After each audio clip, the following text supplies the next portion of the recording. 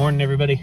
We're sitting in a 2017 Tacoma TRD Sport with the non-JBL stock radio, and going to be doing an install of the CarTrimHome PX6 head unit with wireless CarPlay. First thing I did was disconnect the battery, and then we'll go ahead and get started by getting this bezel off of the truck. So I start by using this trim removal tool to get in between. There's just a few clips here.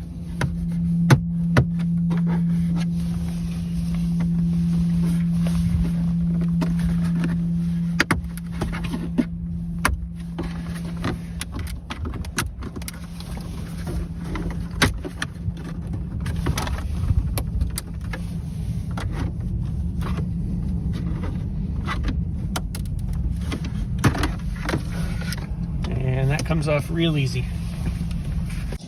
All right, next thing is just to remove the bolts that hold in the brackets. It's a 10mm socket with extension here.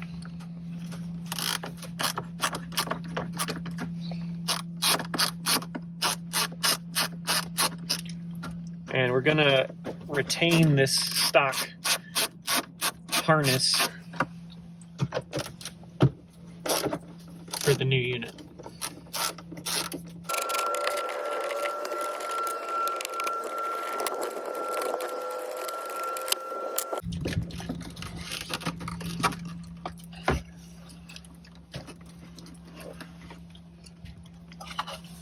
All right, so after this, all we got to do is disconnect each of the wires from the back, and then we'll get set up with the factory brackets on the new radio.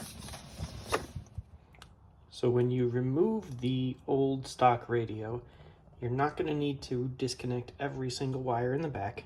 You can see that there's a couple of harnesses that connect from one part of the stock unit to another. Those can all just stay plugged in, or you can disconnect them if you want to, but none of that is needed for the continuing installation with the new aftermarket unit. Okay, so we have the new unit here in the truck, and I connected a lot of the wiring harnesses already, and I'll go over each of those in detail in a second. First thing I want to talk about is using the factory brackets from your stock radio in order to mount this flush in the dash with the dash bezel. So this is one of the factory brackets that I pulled off of the stock radio, and all of these holes are there initially except for this one, which is one I drilled out with a 5/16 bit. And in order to get the right measurement, all I did was measure the distance between this to this, and then this hole existed already, so I just matched the distance and did the drilling. The other important thing to note is that these three little bumps show up on the other side, so I just took an angle grinder, ran it flush until all three of those bumps are gone. Once you get that set up, then you can go ahead and just install it on here with the screws that you pulled out of the factory unit, and they have both a Phillips head and an 8mm hex pattern, so you can choose which tool you want to use to get that all set up. I'm going to go ahead and get that all screwed in, and then we'll go through the wiring for each of the different harnesses that this unit came with. All right, so let's get into how we do the wiring. I went ahead and I attached the brackets. I've got it resting on the box it was shipped in so that it could kind of sit stable close to where I needed everything, so the wires didn't get too far away and I didn't have this get out of control as I'm trying to connect everything. There's what looks like just a ton of connections to work with, and it might be a little intimidating for someone who's not dealt with car stereos before, but I promise you this is way easier than this rat's nest looks. So first thing I did was open the package, got every wiring harness that this came with, and just attached it to the unit. So there were several harnesses that connect in. One that I left out that I didn't really need is this dual USB. Now, the unit came with a single and a dual USB. They can both be connected at the same time, so you can have technically 3 USB ports. I didn't really have a use for this right now, so I just left it out because it's one more wire to stuff back there, but I'll keep it nearby in case I change my mind later. The single USB, which is hooked into the dash, and let me pull that out a little bit so you can see. So this is the single USB that was attached to the unit, and then it came with a harness that connects to this kind of gray wire coming from the dash. Now the gray wire that comes from the dash actually wires the factory USB port that is down in the lower dash panel. So you connect the adapter here that was included, which I thought was pretty nice. I don't know if they've always included it, but saved me buying an adapter. And then you just plug that USB into the single USB coming from the back of the deck, and voila, you've got factory retention of one of your devices. I like to use factory whenever possible, just because I think it gives everything a cleaner look. However, the next thing we'll get to is the factory GPS antenna. So you have your Wi-Fi antenna that was included. Next to that is the GPS antenna port, and I actually have the GPS antenna that they included hooked up to it right now. In the dash, coming from the left side,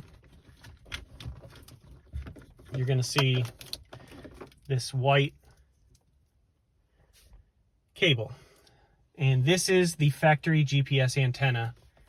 However, there's not a way to connect this to the deck because this is an SMA, and of course I honestly have no idea what even to call this. But they do make an adapter that you can buy online.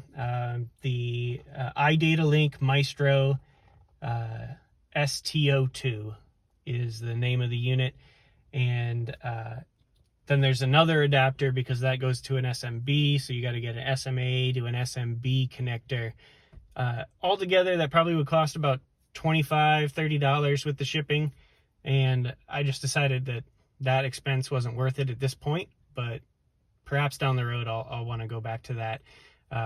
One of the things that you'll lose by not retaining your factory GPS antenna is if you're someone who uses kind of the computer within the instrument cluster for your directions, because it'll pop up and it gives you a compass and tells you where your next turn is. I'm not even sure that functionality would be retained if you use this GPS, because I haven't had a chance to try it, but it actually disappears from the options in your instrument cluster if you don't have this attached to something. So just something worth noting. It's not a big deal. It's not really a feature that was crucial to me, so I'm just going to tuck this back in the dash, leave it alone, use the GPS antenna that actually came with the unit, and there's a little bit of soft, I want to say foam or cotton in a sleeve that I'm tucking that up under into the dash so that basically it's sitting right up against the plastic under the windshield. It should have fairly low interference there. So moving on to some of the other stuff, there are several different models that this unit can be used with. So the wiring harnesses are not specific to the Tacoma, and not everything will have to be used, but everything that you use will have something coming from the dash that matches perfectly. There was nothing that fit into more than one place, so literally the majority of hookup here is just find whatever, these dash harnesses, whatever they fit into coming from the radio, just click it and you're good. So that had a connection. That's the USB. Here's a good one to talk about.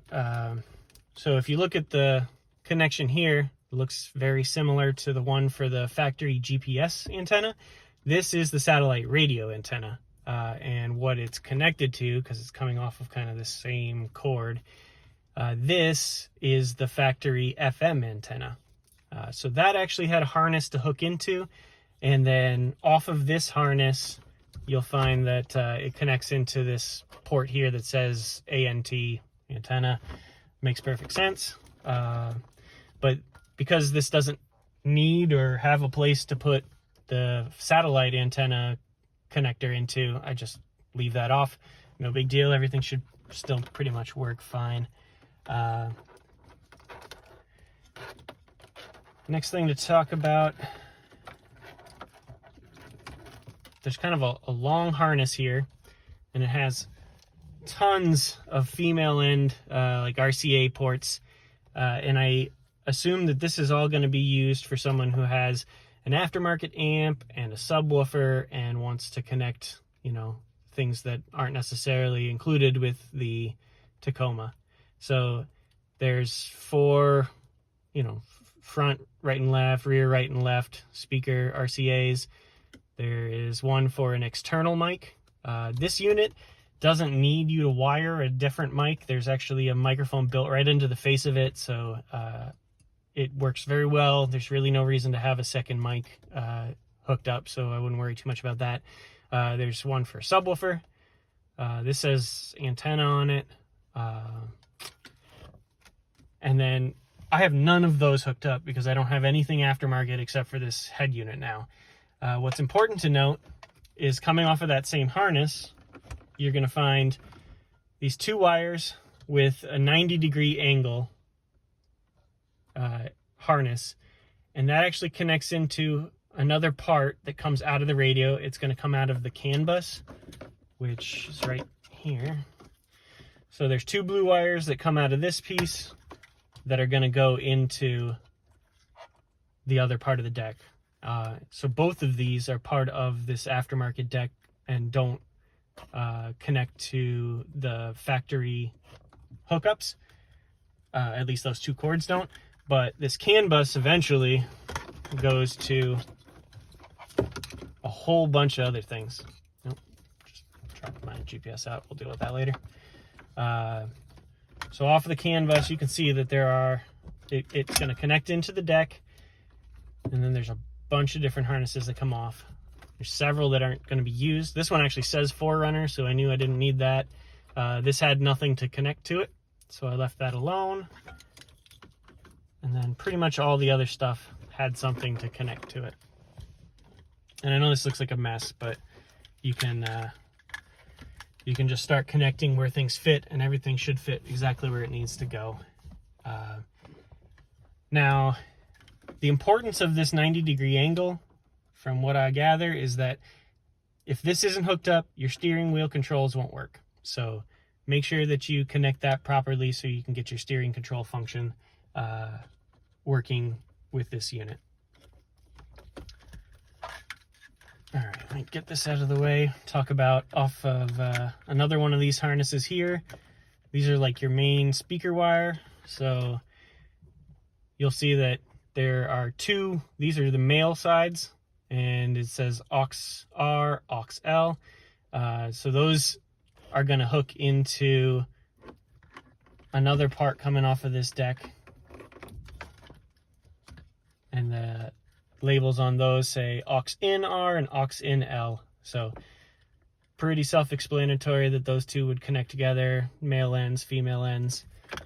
The other thing you're going to want to do is make sure that you get your backup camera hooked up to this unit. So there are 2 male and yellow wires here.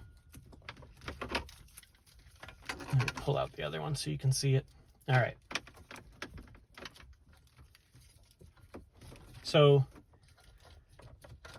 coming off of this unit that I did not hook up is a male end wire that says camera.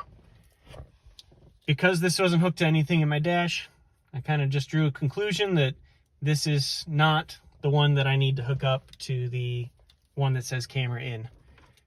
Instead, you can see this, which is hooked up to something coming from the dash, has another male end that says camera that I hooked up to a female end that said camera that's coming from the head unit. And within that same harness, there's all of these other female ends. So how do you know which one's the right one to connect to? Well, they did us a favor. They labeled everything correctly. So you have several things. One of them says F-cam video, which I assume means front camera. I don't have a front camera, so nothing got hooked in there. And then you have CVBS out 1, CVBS out 2, video in, and then DVR in CVBS. So any of those you don't need to connect unless you've got something more advanced than what I've got going on here. Just make sure whatever harness has a male camera wire coming that's actually hooked into something from your dash gets hooked into the female end that just says camera.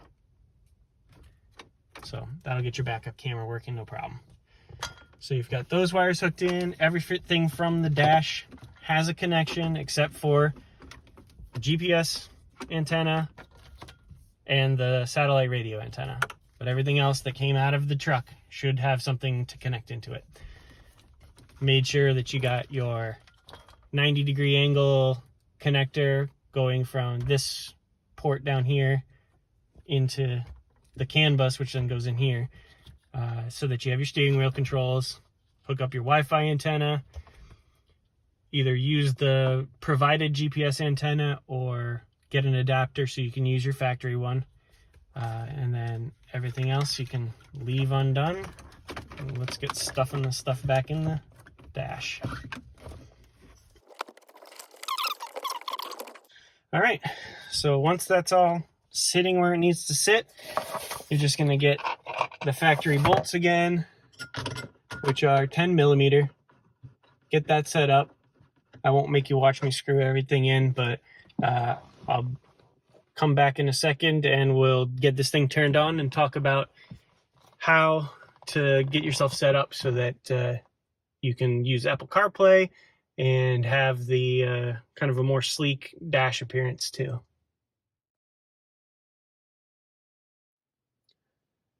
All right, got this thing all set up. Waited till nighttime to take this video because the glare off the screen was really messing with the camera, and it doesn't really affect using the system when you're looking at it with your eyes, but I was getting a lot of like mirror image on my camera. So now that it's a little darker out, we can see everything better. This is the kind of base operating system once the radio is turned on, and these will vary. I already went through and kind of set up a few things to make this a little easier, so I moved some of the icons around, which is pretty easy to do. Just hold down on one and then you can move it around. First thing I would do when you get the system, go into settings and then go to network or internet. Hopefully you're in your driveway and you can connect to your home's Wi-Fi. Highly recommend you download a different user interface for this radio system.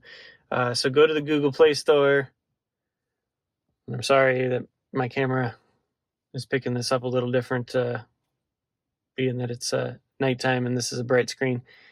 So go to the Google Play Store and you're going to want to download a Gamma car launcher. There you go, a Gamma car launcher. So I already took care of downloading that. Once you get it downloaded, you can go ahead and open, and this is kind of the system that was recommended to me. It's a very sleek interface. It's pretty user-friendly. Everything can be reprogrammed and set up exactly how you want it. You can change the order of everything. You can change the labels, the icons. So you can really customize it to your own liking. Once you've got a Gamma on there, you should just go into the settings, and then you're going to want to scroll down to home screen. And then under home app, you're going to want to select a Gamma as the default. And once you've done that, that means that every time you start up the radio, this is going to be what comes up instead of that base operating system. While you're in here, find either the Bluetooth may be out on the main screen, or go into apps and you'll be able to find Bluetooth. And you'll want to get set up for your own Bluetooth connection so that you can use your wireless CarPlay, Android Auto, whatever it is. So once you're able to get Bluetoothed in, I have mine that actually says CarPlay, but the actual name of the app is called Z-Link. And Z-Link is going to be how you get wirelessly connected for Apple CarPlay. I'm not sure if that's also true for Android Auto. I don't have any Android devices to test, so your experience may vary. When you first get set up, it's going to take a little while to connect, but I found that like when I hop in the truck and I go anywhere, it connects to the CarPlay very quickly. And it may be delayed just because I'm using my phone as a camera too. But there you go. There is Apple CarPlay. You've got kind of your main screen there with Google Maps and your different apps that you may already have downloaded. So very simple to use. If you want to go back out to the regular iOS, you just pick the car function, and then you'll end up back out here. Another thing I had to note is that the navigation that came with this was awful. I don't know how to use it at all. So what I did is I went in and went to the Google Play Store and downloaded my own offline map software. And there's plenty of options out there, so pick one that works for you. The one I got actually uses Open Maps, so OpenStreetMap data. I guess the name of the software is called Map Factor Navigator. But it works, and the maps were free.